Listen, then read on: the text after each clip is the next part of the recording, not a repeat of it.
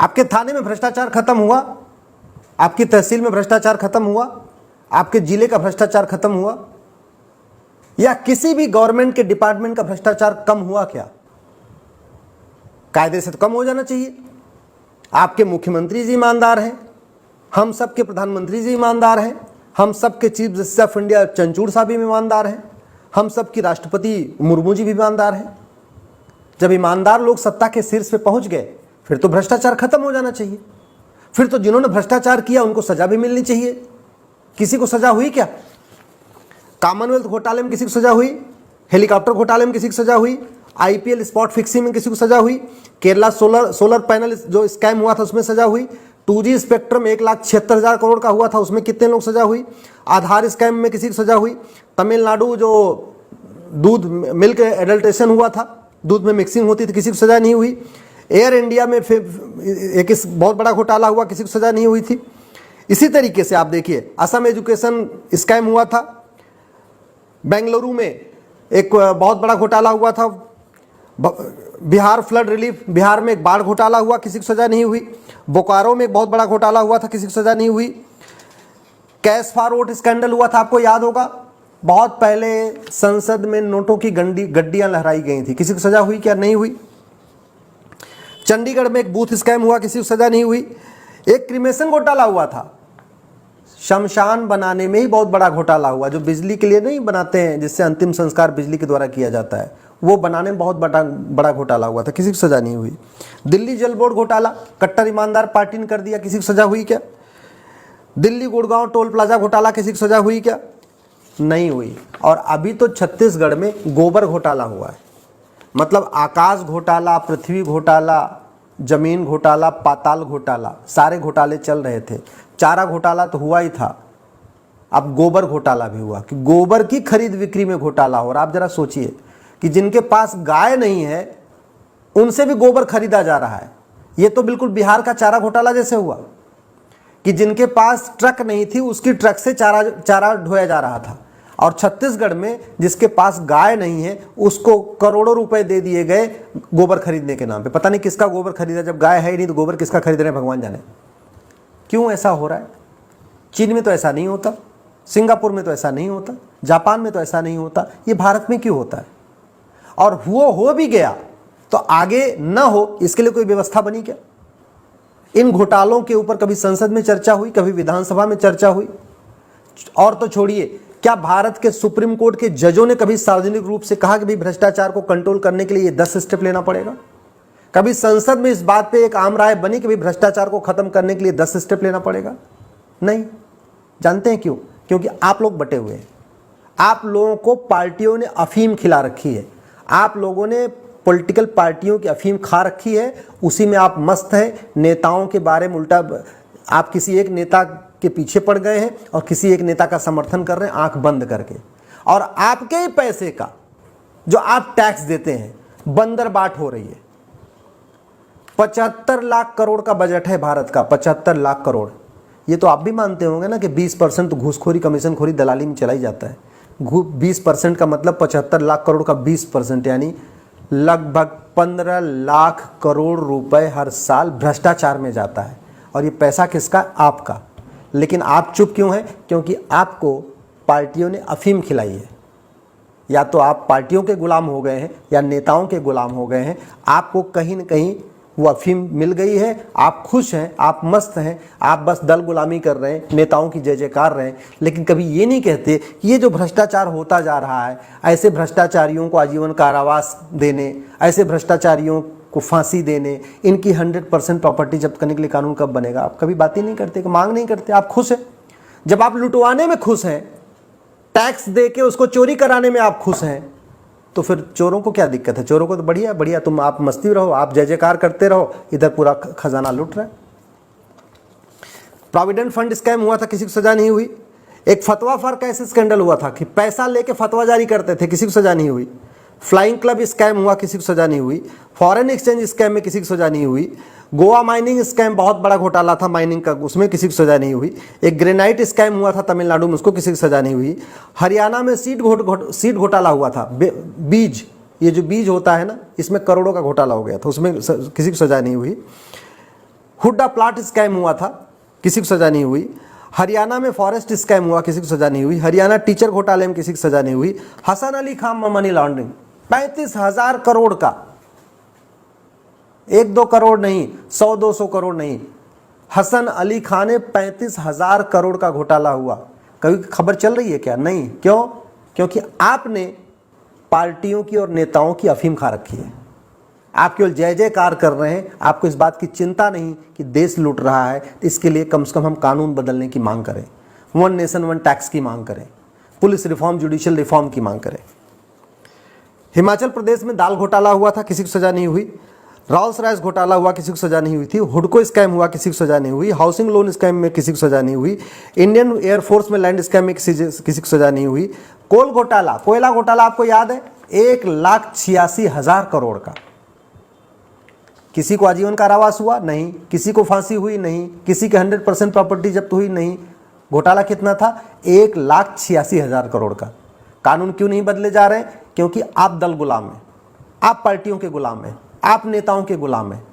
आप खुल के ये बात कहने में शर्माते हैं, पब्लिकली अपने सोशल मीडिया में लिखने में आप डरते हैं कि भाई भ्रष्टाचारियों को फांसी देने, आजीवन कारावास देने, 100% प्रॉपर्टी जब्त करने के लिए कानून बनना चाहिए, 1 नेशन 1 टैक्स लागू होना चाहिए, प्रॉपर्टी को आधार से लिंक करना चाहिए। ये कहने में आप शर्माते हैं। अरावली स्कैम हरियाणा में हुआ, किसी को सजा नहीं हुई। इसी तरीके से रेलवे में एक टिकट स्कैम हुआ था, टिकट बेचा जाता था तत्काल वाला, किसी को सजा नहीं हुई। आईपीओ स्कैम हुआ। इसरो देवास डील हुई थी, किसी को सजा नहीं हुई। जलगांव हाउसिंग स्कैम, किसी को सजा नहीं हुई। और तो और नंबी नारायण के साथ इतना बड़ा धोखा हुआ था, आपको याद होगा। नंबी नारायण के ऊपर एक मूवी भी आ गई थी, रॉकेटरी, आपने मूवी भी देख लिया। लेकिन नंबी नारायण के साथ जिन्होंने गद्दारी किया उनको सजा हुई क्या? नहीं हुई। आप क्यों नहीं हुई? क्योंकि कानून घटिया है। प्रधानमंत्री अच्छे हैं, राष्ट्रपति अच्छे हैं, चीफ जस्टिस ऑफ इंडिया अच्छे हैं, ईमानदार हैं, मेहनती हैं, लेकिन उससे क्या फर्क पड़ता है? देश में प्रधानमंत्री का राज नहीं है, मुख्यमंत्री का राज नहीं है, चीफ जस्टिस ऑफ इंडिया का राज नहीं है, राष्ट्रपति का राज नहीं। देश में किसका राज है? कानून का। और कानून वहां घटिया है। जम्मू कश्मीर क्रिकेट एसोसिएशन में घोटाला हुआ था, जेवीजी स्कैम हुआ था, कर्नाटका हाउसिंग बोर्ड स्कैम हुआ था, केरला इन्वेस्टमेंट स्कैम हुआ था, क्रिप्को फर्टिलाइजर स्कैम हुआ था, मधु कोड़ा स्कैम, आपको याद होगा मधु कोड़ा, इतना बड़ा घोटाला। मधु कोड़ा को फांसी हुई, मधु कोड़ा का 100% प्रॉपर्टी जब्त हुई, मधु कोड़ा का आजीवन कारावास हुआ? नहीं हुआ। क्यों? क्योंकि कानून घटिया है।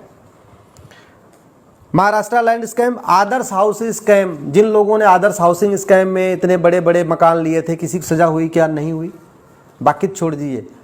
1993 में मुंबई में बम ब्लास्ट हुआ था, उसके बाद वोहरा कमेटी बनी थी। वोहरा कमेटी ने उसमें कई सारे नेताओं, मंत्रियों, मुख्यमंत्री का नाम दिया था, किसी को सजा हुई क्या? नहीं हुई। क्यों? क्योंकि जनता दल गुलाम है। अधिकतर लोग दल गुलाम है, पार्टियों के गुलाम है। कोई कांग्रेस का गुलाम है, कोई सपा का गुलाम है, कोई बसपा का गुलाम है, सब अलग अलग पार्टियों के गुलाम बने हुए हैं। इस बात की उनको चिंता ही नहीं है कि देश लूट रहा है और इसलिए कानून बनना चाहिए, उसकी चिंता ही नहीं है। Mayank Jain scam, MBBS scam, medical council of India scam, इसी तरीके से एक गोल्ड स्कैम हुआ, मुंबई इंटरनेशनल एयरपोर्ट स्कैम हुआ, मुंबई में सेल टैक्स स्कैम हुआ, नेशनल हेराल्ड स्कैम जिसमें सोनिया गांधी, राहुल गांधी और प्रियंका गांधी फंसे हुए हैं, सजा हुई नेशनल हेराल्ड में? किसी को नहीं। तारीख पे तारीख चल रही है। क्यों चल रही है? जुडिशियल चार्टर नहीं है। जुडिशियल चार्टर किसको बनाना है? पार्लियामेंट में किसी ने मांग किया जुडिशियल चार्टर लागू करने की? नहीं। क्यों नहीं मांग किया? क्योंकि जनता दल गुलाम है, जनता पार्टियों के गुलाम है, जनता नेताओं की गुलाम है। इसी तरीके से नेवी वार रूम लीक हुआ था, उड़ीसा में इलीगल माइनिंग स्कैम हुआ था, उड़ीसा में मनरेगा स्कैम हुआ था, उड़ीसा में पैडी स्कैम, धान घोटाला हुआ, उड़ीसा में दाल घोटाला हुआ, पटियाला लैंड स्कैम हुआ था, पावर थेफ्ट स्कैम हुआ था, पीपीएफ स्कैम हुआ था, पुणे में लैंड घोटाला हुआ, पुणे में हाउसिंग स्कैम हुआ था, पंजाब में पैडी स्कैम हुआ था, रेलवे में बहुत बड़ा घोटाला हुआ था, रांची में रियल एस्टेट घोटाला हुआ, श्रद्धा गुप्ता, आपको याद होगा नारदा और शारदा, ये 2 बातें आती थी बंगाल में, नारदा घोटाला और शारदा घोटाला। किसी को सजा हुई? नहीं हुई। क्यों? नार्को पॉलीग्राफ ब्रेन मैपिंग कानून बनाया नहीं, पुलिस रिफॉर्म किया नहीं, जुडिशियल रिफॉर्म किया नहीं, पुलिस चार्टर लागू नहीं हुआ, जुडिशियल चार्टर लागू नहीं हुआ। पुलिस चार्टर का मतलब आपको जांच को 1 महीने में पूरा करना या 2 महीने में पूरा करना, ये अकाउंटेबिलिटी तय करना। जुडिशियल चार्टर का मतलब हर हालत में चार्जशीट फाइल होने के अंदर 1 साल के अंदर फैसला करना ही करना। ऐसा हमने कानून नहीं बनाया। कानून नहीं बनाया तो जज भी टाइम पे तारीख पे तारीख देते रहते हैं। ये जितने बड़े लुटेरे, जितने मैंने नाम लिया, जिन्होंने लूटा है, भाई अगर 1000 करोड़ लूट लिया, 50-25 करोड़ रुपए 100 अच्छे वकील पे खर्च कर दिया, बड़े दिग्गज वकीलों पे खर्च कर दिया। दिग्गज वकील का मतलब जो भूतपूर्व कानून मंत्री, भूतपूर्व गृह मंत्री टाइप के जो वकील हैं, ऐसे वकीलों पे खर्च कर दिया, वो तारीख पे तारीख लेते रहते। ये जज भी चूंकि उन्हीं के द्वारा अपॉइंट किए गए हैं, तो जब वो खड़े हो जाते हैं कोर्ट में आके बहस करने, तो जज उनको तारीख पे तारीख दे देते हैं। सत्यम स्कैम हुआ था, किसी को सजा नहीं हुई। स्कॉर्पियन डील हुई, किसी को सजा नहीं हुई। इसी तरीके से कोची स्मार्ट सिटी स्कैम, आपको याद होगा अब्दुल करीम तेलगी का स्टैम्प पेपर घोटाला, 20,000 करोड़ का घोटाला, किसी को सजा हुई नहीं हुई। ताज कॉरिडोर स्कैम में किसी को सजा नहीं हुई। ताज हाउसिंग स्कैम में किसी को सजा नहीं हुई। टाटा स्कैम में किसी को सजा नहीं हुई। टैक्स रिफंड में किसी को सजा नहीं हुई। एक टॉयलेट स्कीम हुआ था, टॉयलेट बनाने में बहुत बड़ा घोटाला हुआ था। मैंने कहा ना, गोबर घोटाला, टॉयलेट घोटाला, पेशाब घोटाला, ऐसा कौन सा ऐसा घोटाला जो नहीं हो रहा है? हर जगह घोटाला हो रहा है। ब्लड घोटाला, खून बेचने खरीदने में भी घोटाला है।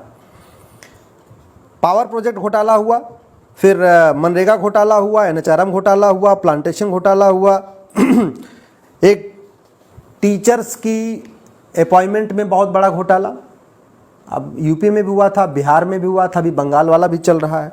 वोडाफोन टैक्स घोटाला, वीरभद्र टाइप, इतने सारे घोटाले हो गए। किसी आज तक मुझे आप बताइए, 75 हम आज़ादी का अमृतकाल मना रहे हैं, जितना मुगलों ने लूटा 500 साल में, उतना अंग्रेजों ने लूटा 200 साल में। और जितना मुगलों ने 500 साल में लूटा, अंग्रेजों ने 200 साल में लूटा, उतने हमारे नेताओं ने लूटा 50 साल में। अब आप समझ लीजिए कि भारत के जो हमारे सफेद पोश नेता थे, ये मुगलों और अंग्रेजों से भी बड़े लुटेरे, उनसे भी बड़े लुटेरे। अगर टोटल कैलकुलेट कर दीजिए आजादी के सारे घोटाले, तो लगभग 400 लाख करोड़ का घोटाला, जो प्रधानमंत्री जी ने बोला था बिल्कुल सही बोला था, 400 लाख करोड़ का घोटाला। एक सभा में प्रधानमंत्री जी ने बोला था कि 400 लाख करोड़ का घोटाला कुल किया है। लेकिन सवाल यह है कि 400 लाख करोड़ का घोटाला होने के बाद कितने घोटालेबाजों को फांसी हुई, कितने घोटालेबाजों की 100% प्रॉपर्टी जब्त हुई, कितने घोटालेबाजों को आजीवन कारावास हुआ। अभी चीन में कुछ महीने पहले ही चीन के कानून मंत्री को फांसी हुई है, करप्शन किया था।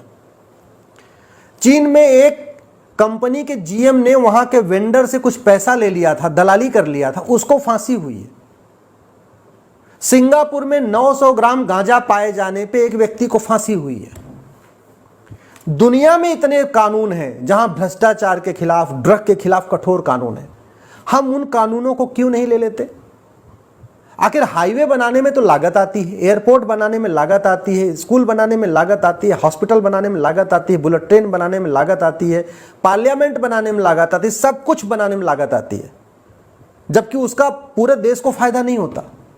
लेकिन कानून बनाने में कोई लागत नहीं आती। जहां पे पुलिस चार्टर लागू करने की कोई लागत नहीं है, जुडिशियल चार्टर लागू करने की कोई लागत नहीं है, पुलिस रिफॉर्म करने की कोई लागत नहीं, जुडिशियल रिफॉर्म की कोई लागत नहीं, इलेक्शन रिफॉर्म की कोई लागत नहीं। तो जहां कोई लागत नहीं है, वहां पे हम कानून क्यों नहीं बना रहे हैं? हम चीन के अच्छे कानूनों को क्यों नहीं ले रहे हैं? फ्रांस के अच्छे कानूनों को क्यों नहीं ले रहे हैं? सिंगापुर के अच्छे कानूनों को क्यों नहीं ले रहे हैं? क्यों नहीं हम अच्छे कानूनों को लेके भारत में, हम भारत के प्रत्येक कानून को वर्ल्ड क्लास कानून बना रहे हैं? हम वर्ल्ड क्लास इकोनॉमी बनना चाहते हैं, वर्ल्ड क्लास एयरपोर्ट बनाना चाहते हैं, वर्ल्ड क्लास हाईवे बनाना चाहते हैं, वर्ल्ड क्लास कानून क्यों नहीं बनाना चाहते? वर्ल्ड क्लास पुलिस सिस्टम क्यों नहीं बनाना चाहते? वर्ल्ड क्लास जुडिशियल सिस्टम क्यों नहीं बनाना चाहते? वर्ल्ड क्लास एडमिनिस्ट्रेटिव सिस्टम क्यों नहीं बनाना चाहते? भ्रष्टाचार मुक्त भारत क्यों नहीं बनाना चाहते? इसमें तो कोई लागत ही नहीं आएगी। आप सोचना, ये सब इसलिए नहीं हो रहा है क्योंकि आप या तो पार्टियों के गुलाम हैं, या तो नेताओं के गुलाम हैं, या तो आप दल गुलाम हैं, या तो आप किसी नेता के गुलाम हैं। आप कभी भी ईमानदारी से कानूनों को बदलने के लिए मांग नहीं करते। सांसद विधायक से मिलकर उनको घटिया कानूनों को बदलने की मांग नहीं करते, इसलिए इन पे चर्चा नहीं हो रही है। देश लूट रहा है, आप ही का पैसा लूट रहा है, आप जो टैक्स देते हैं उसी का पैसा लूट रहा है। अगर आप 1 लाख रुपए टैक्स देते हैं तो ये मान के चलिए उसमें से 20,000 रुपये नेता नौकरशाह लूट लेते हैं। आपको अगर मेरी बात ठीक लगे, इस वीडियो को अधिक से अधिक शेयर करिए।